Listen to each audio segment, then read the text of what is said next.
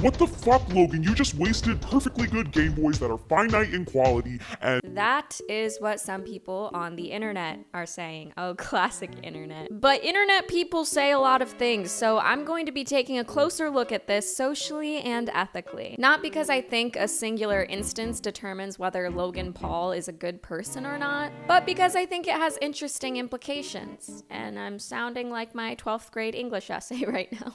Implications about the use of goods, finite goods specifically, art collection, how we view and criticize the rich and celebrities, and opinion versus fact in ethics. With that said, much of this video is my own logic and opinion because, in my opinion, ethics a lot of the time can be opinionated. So let's start with how much a Game Boy Color costs and how many were made. Approximately 118 Game Boy Colors were made, and if you look it up online, it looks like about $80 per Game Boy Color. So some commenters are arguing, why is Logan Paul wasting perfectly good Game Boy Colors when he could have put them in a glass display case where they could still be played? But how do you decide what someone else does with an object, specifically a finite object? 118 million is a lot, but still finite.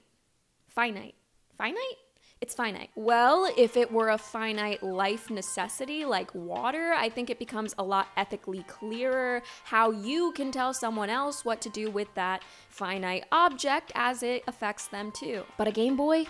A Game Boy gives joy and play. And is joy and play a necessity? In my opinion, yes. But you can fulfill the need of play through many different resources, not just Game Boys. So overall, I would say Game Boy Colors are not a necessity. So as an unnecessary piece of joy and play, I think Logan Paul can do whatever he wants with them. But wait, one person describes Game Boy Colors as a piece of art history and that they should be preserved. And just because Logan owns the Game Boy Colors doesn't mean he should be able to do whatever he wants with them, just like how the owner of the Mona Lisa shouldn't be able to eat it if they just want to. But there's only one of the Mona Lisa and there's 118 million Game Boy Colors. But wait again, not all of those are regular Game Boy Colors. Some of those are limited edition Game Boy Colors. Yeah, there are nerds that care about that. Logan used several limited edition and rare Game Boy Colors, which makes them even more limited in quantity and rare, aka less than 118 million. But at what number between 1 and 118 million do we start dictating the morals of what someone should be doing with a piece of history? 2, 5, 10, 69? I don't freaking know. I really don't know. I don't think there's a definite answer. I think if there were only 2 Game Boy Colors in existence left and Logan happened to own one of them, he could smash it since he owns it and just refuse to give it up to the government or art history or whatever, right? But of course then the internet would also totally have the right to badger him online and say, hey Logan, we hate you and we think you're decrepit and don't have any morals and you're stupid and you're a fake gamer. Yeah, fake gamer, the cringiest thing you can be, other than me. And with limited edition Game Boys, I think it's even more gray because the vast majority of people don't care about limited edition Game Boys. I mean, I know I'm making a video on it, but TBH, I don't care.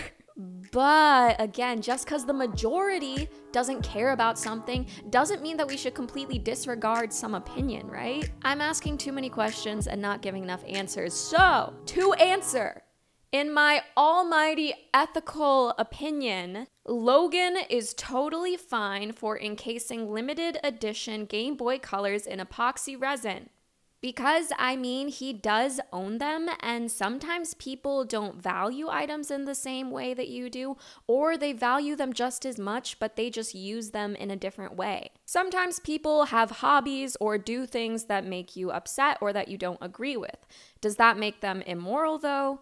No. Is it cringe, though, because couldn't he have just put it in a glass display case and effectively accomplished the same thing? Yes. It is so cringe. It is so cringe how rich and stupid he is because he literally could have used a glass display case and aesthetically it would have looked just as great. And you might say, oh, but he was doing art. Okay, but also I've heard that resin starts turning kind of yellow after 20 years or something like that. So after a while, you're not even going to be able to see the Game Boys. Now, lastly, would we have criticized Logan as much if he wasn't a rich celebrity? I think no. I think that whoever did this, if they weren't rich and a celebrity, I think they still would receive some criticism from the Omega Game Boy fans that know those are limited edition Game Boys and care about that.